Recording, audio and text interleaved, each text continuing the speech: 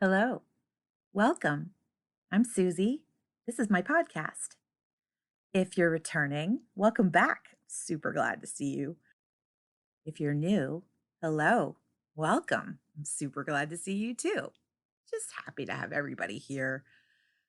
In the last episode, which was part one on the topic of rights and in specific rights in America, I talked a little bit about the idea of universal rights, where they come from, what's our understanding of them, how do they function in society, and what is the proper context in which we can understand rights and the conflicts of rights. And I think that for me, it seems clear that rights function very much within a greater framework of power, which is much more fundamental to human interaction and sort of exists on a really basic level, but can be infinitely complex and nuanced. So, want to kind of break down some ideas about power and more specifically, power as it relates to individual rights.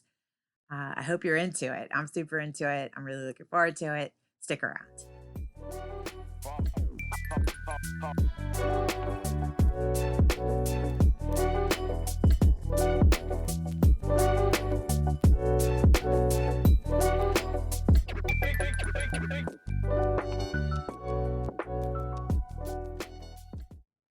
Power.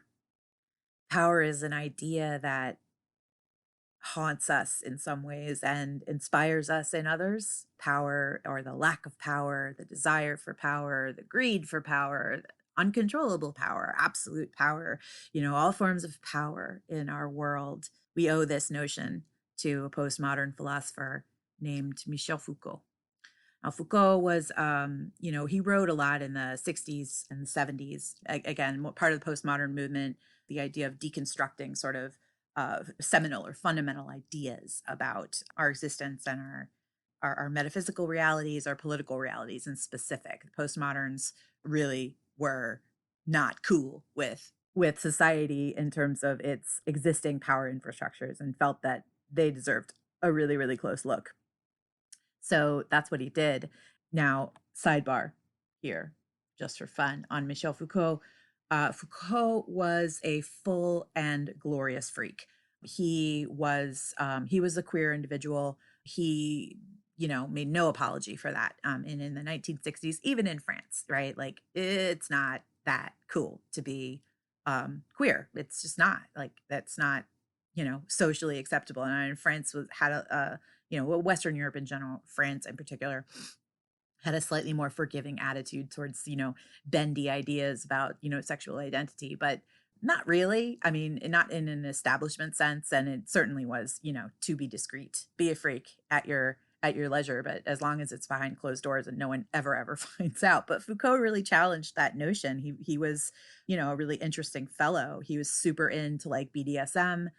He was not really a proponent of monogamous ideals in any meaningful respect, and thought of sexuality as something much more complex and nebulous than being forced into sort of state structured ideas of human emotionship management. It felt to him like a kind of invasion of an individual's free will. And one of the works that he did, he puts forth the idea of biopower. And I'll talk a little bit about his ideas of power here momentarily, because they, I think, feature prominently in my thinking about the idea of power.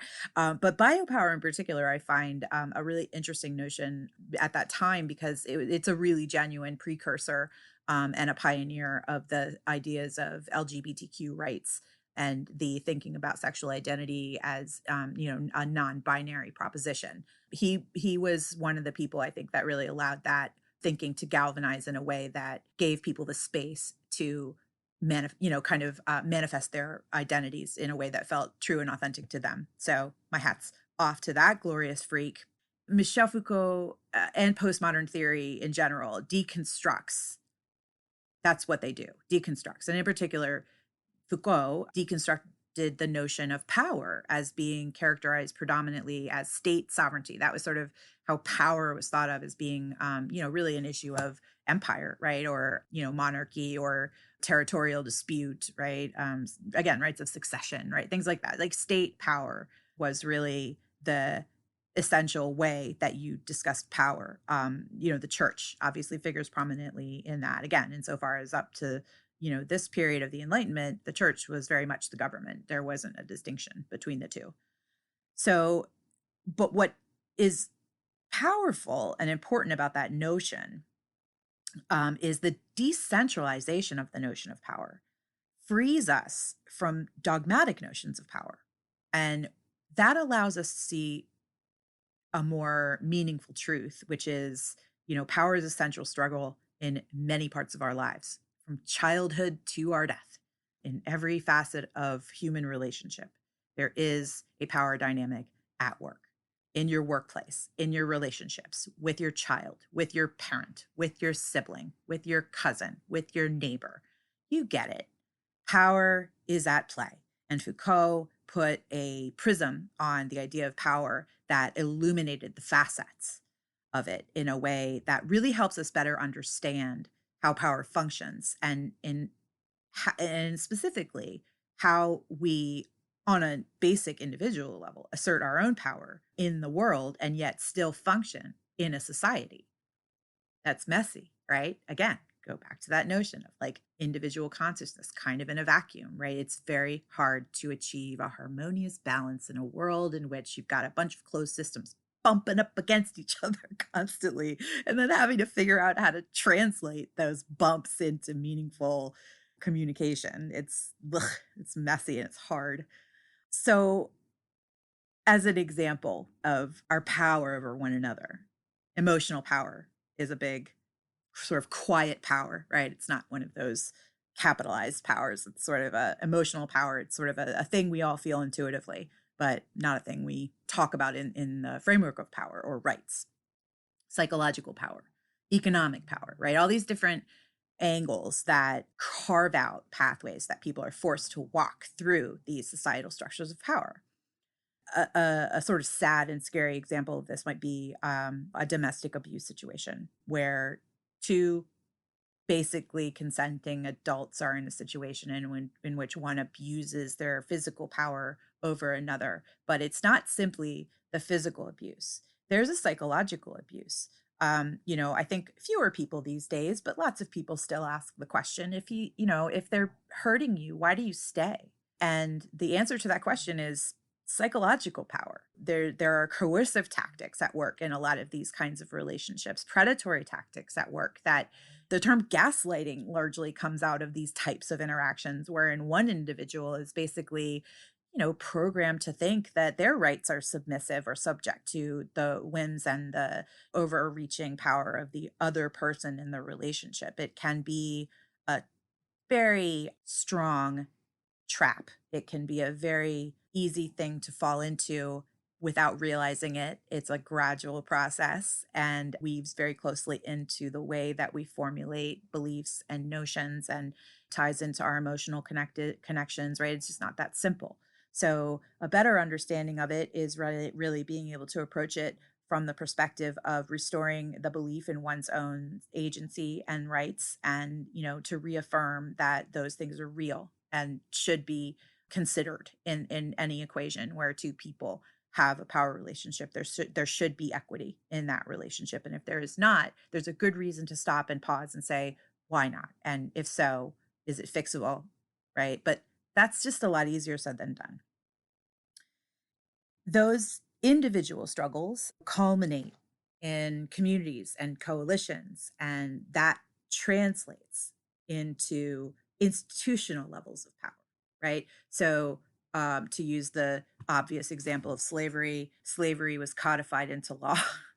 It was codified into law. It was property rights, not human rights. It's property rights. It's just, oh God. Every time like the words come out of my face, I'm just like, there's this renewed shock. I know that feels silly, but there you have it. I can't believe that people could be aware of another person's suffering in that way and just continue to do it.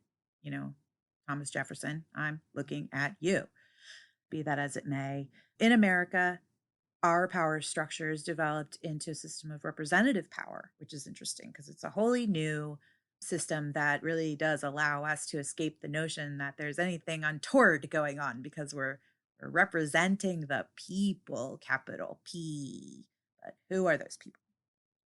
On a practical level, that representation is flawed in many ways and is also incomplete. If you look back at the Reconstruction era after the Civil War, then which was an unfortunately short period in our history, followed by a very long period of Jim Crow, and you can kind of get a nice picture of the incompleteness of representation in the United States up until the civil rights movement in the 60s.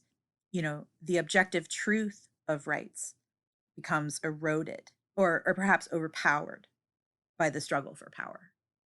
So the idea of rights becomes one of potential in a system where the establishment has chosen as its paradigmatic truth that a certain set of conditions exist, such as an individual person by virtue of the color of their skin or the origin of their birth is less than a person, is not a full person, perhaps 3/5 of a person, because they kind of look human, right? They have humanoid qualities and they can use words and stuff, but they don't think. We think. That's how one allows the idea of power to assert itself over another human being's rights by dehumanizing. Now, in the current day, we dehumanize in lots of ways, but not through slavery, certainly anymore, but through racial stereotyping, through, anti-Semitic tropes that are just omnipresent in our culture in some ways, in a very unfortunate way. There are all these signs and signals of that. And I think that those are things to be alert to. And, it's easy for a lot of us to sort of, poo-poo those things as, liberal hysteria or things like that. But, words have power. And to the extent that the words become culturally embedded in our language in a way that dissociates the notion of another human being behind that idea, right? It's not just an idea, it's a person or a group of people, and their rights become subjugated under this notion of power. And that notion of power has never fully been addressed in our culture legislatively. We've tried. We keep trying. And I think, perhaps we come closer. I don't know. I mean, the universe is a big place and time is long. So who knows what may yet come. But as long as people are fighting, there's hope and there's progress. As long as people are willing to have these conversations and, more importantly, to assert those rights, there's hope. That potential, right, becomes something closer to reality. And with the generations, right, with the more these types of conversations are had in meaningful ways and compassionate ways, I think that we come closer and closer to the elimination of binary thinking. Doesn't work, works with computers, and that's pretty much it.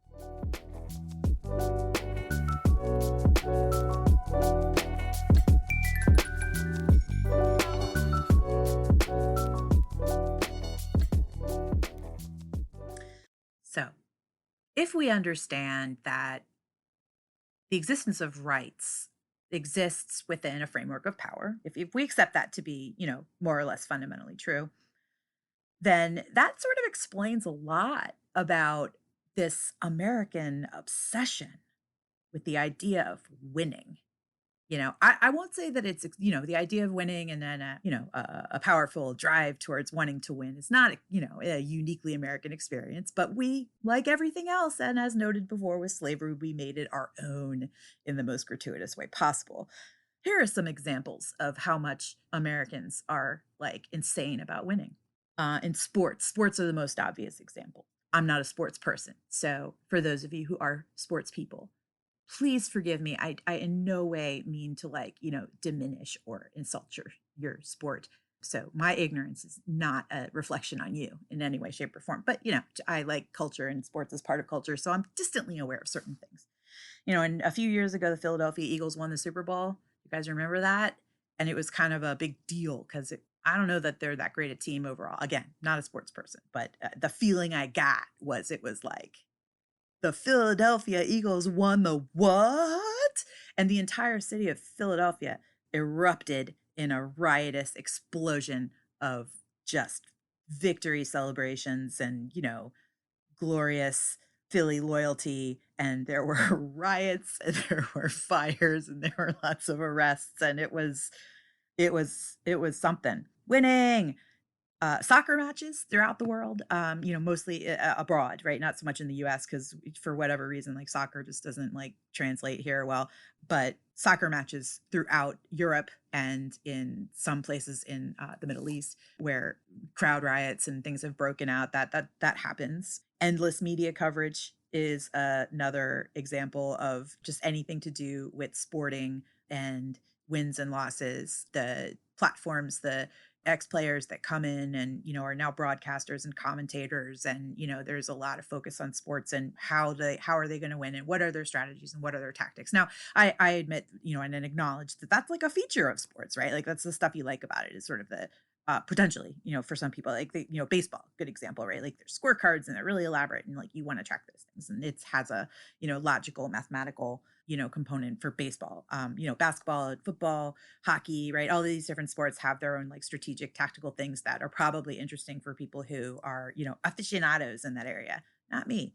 Other examples, like in politics, GOP strategies in terms of winning. The GOP, the Republican Party in the United States, is really bar none in quality in terms of finding winning strategies, and that seems to be their primary focus is keep the power through winning. They do this through court appointments. They do this through subtly manipulating election processes. I understand that that's like a hot button right now, but it is historically true that the GOP, more so than the Democratic Party, has taken up strategies that enforce their messages in ways that are a little disingenuous, that do have more direct disenfranchisement consequences, like by design, right? Like you don't really see Democrats looking to disenfranchise Republican voters. What they're mostly interested in is registering voters because they're pretty sure that those voters are going to be voting on their side. But in any event, they really just want them to vote. And Republicans kind of are on the other curve right now, where they're just like, we don't want, if fewer people vote, then it's easier for us to win. That seems to be their core strategy. And again, it's a focus on the win. It's a focus on the electoral math. It's not a focus on a position or a platform or an idea or a representation of rights, unless it is property rights or the existing rights or the establishment rights that are in place right now. That right now, it looks to me like the Republican Party's primary interest is just don't fuck around with the current system because it's working, right? Like unchecked capitalism is working for us. That begs the question of, well, who's the us in that situation? And again, you have the question of power. Where does the power live? Well, in the United States, power lives mostly with the people who have money. I would direct you to Robert Reich, who has just a glorious catalog of really great information about the intersections of economics and politics over the last 2 decades, and how those different policies, particularly driven by Republican strategists, have really led to significant wealth gap increases, as well as other constrictions on the state's ability to support the electorate. He's really good. I'd check him out. Robert Reich. He was previously, I think, Secretary of Labor under Clinton. I can't remember. He was a secretary, a cabinet member during the Clinton administration. He's an economist, very smart guy. In law, I'd argue that the entire litigation process, which is fundamentally based on the quality of winning. In other words, there's a plaintiff, there's a defendant, there's a ruling. That ruling will always be in favor of the plaintiff or the defendant. That's a representation of a person's legal rights. But if the cultural forces outweigh the legal constriction, then it doesn't matter as much as it should. In other words, if our notion of justice relies on the binary proposition of a winner and a loser, then that's not necessarily justice, is it? the notion that the person who committed an act, right? Like in a litigation scenario, the way that our legal system currently works, it's the act in question that can be discussed, and that's it. It's the commission of that act. So the justice quotient becomes there must be a proportionate response to the act. And it won't consider, except for in a very sort of constrained set of criteria, the circumstances that led to that act. For example, anytime a person brings up child abuse in the defense of a person who maybe committed a rape, the reaction to that more often than not is, oh, boo hoo, poor rapist was abused as a child, right? That doesn't erase what you did. And it doesn't. That's true. But it does tell you a little bit about how and why that act was committed. It does tell you a little bit about what kind of effects, what kind of traumas may have occurred in that person's life that led them to the formulation of beliefs in which there's the assertion of their power has to be done through violence. That's not like, it's so easy to minimize that to the point of like, well, he's just sick. He's just a sick fuck, but it's so reductive. Like it doesn't help. And I'm not so sure that it helps the victims either, right? Like if you're a person who's been the victim of a crime and your only hope of justice is the incarceration or death in cases of capital punishments, where does that leave you? It's a closed loop perhaps, but you're still stuck with that trauma. You're still stuck with dealing with the anger and the resentment and the cruelty of what another person did to you. Your anger can't be processed alone or in a vacuum, right? Like a way to deal with that anger is to confront the person that committed that act against you and to be able to express the harm committed to you. So that's another idea of justice. I'm not saying that acts should go without punishment. I'm just saying that the binary proposition of did it or you didn't. And if you did it, there's this defined punishment that we're going to stick to that's defined on all these like archaic and misguided notions of justice, right? Maybe we should be looking at that. The United States is the most incarcerating motherfuckers that there are, forgive my language, but we imprison the highest percentage of our population than any other nation on earth. I wonder if slavery had something to do with that and the notions of types of people that are being incarcerated and why. Why do we need, to remove them from our society? Right? Is the suggestion that they're not, redeemable in some way, that they have to be, confined and shut away for those mistakes, even if those mistakes are perhaps now seen as really not that big a deal compared to where they were 20 years ago, like, lower level drug and convictions and things like that. So it's messy and it's complicated and it leads you down this rabbit hole of wondering what justice needs to be and how it really comes to be. To kind of circle back to the courtroom example. In court, again, you're considering the act, right? A jury can't really make a judgment based on like the life story of an individual. They're really like confining their judgment to, the circumstances around the act itself. And that's as may be, right, to a certain extent. But so much so that oftentimes advocates, lawyers in the courtroom, they're not permitted to bring in historical contextual information unless it's legally qualified as relevant to the case in question, which, again, begs the question. Who determines if it's legally relevant? What qualifies as legally relevant, right? For example, character witness. Like you can't bring in character witness unless you have sort of a demonstrably factual and evidentiary based reason to do so. But here's a fun fact about that. Apparently, they can use rap lyrics as evidence against an individual. Like, you can't in the same way of like a person might say, "Well, I heard him say he was going to kill that guy." Right? He was really mad and he was like, "I'm going to kill that guy." I heard him say it, right? In this scenario, they're putting up rap lyrics in the courtroom, playing them as though it's like a confession. It's a piece of art and they're using it as direct testimony from the defendants, which is fucking mind-boggling. I can't believe that can be apparently. And the reason I know about this is because the state of New York is actually considering some legislative changes, and this is one of them. And I hope that if this is happening in like a broader respect, that everybody really takes a serious look at that, because that's super jacked, man. That's just whew, that's jacked. So, power and winning become the mechanisms by which we in America talk about and deal with our rights and arbitrate conflicts of those rights is through those frameworks of power and winning. And again, arbitration of rights is going to lead to a person, generally speaking, being right. This is one of the reasons why compromise in politics is so unappetizing to us, because our side doesn't get to win. You know, if we concede on certain things, regardless of the fact that we may agree in principle that those things need to be done. We don't totally agree with how you want to do it, but rather than talking about how that road can be reforged in a more collaborative way, it becomes more and more now like we can't accept anything that you, person on the other side, have to say, because you fundamentally represent a polar distinction of, a polarized distinction in values.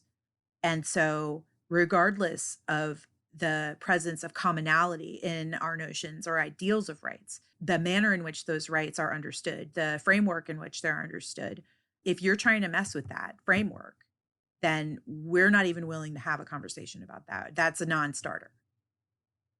So I view that as a deeply problematic state. And in part because, again, we are a representative democracy in theory.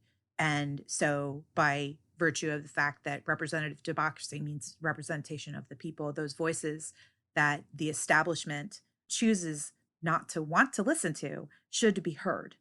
And I think that it's time to try to understand more about the why we're, what's motivating us as voters, what's motivating us as citizens, what's motivating us as consumers in the United States to think about rights and of power within these types of frameworks. And I would posit that fear is a big part of that. So that's going to be my next piece of this episode is going to be part 3, in which I talk about principles of fear. So yeah, that's what's going to happen next. Thank you so much for joining me. I feel really good about this part of the conversation. It seems like, I'm feeling the flow. I hope you're feeling it too. I hope that this got some of your juices flowing, and I hope you'll return for the next part. Yeah, in the meantime, take care. Until next time.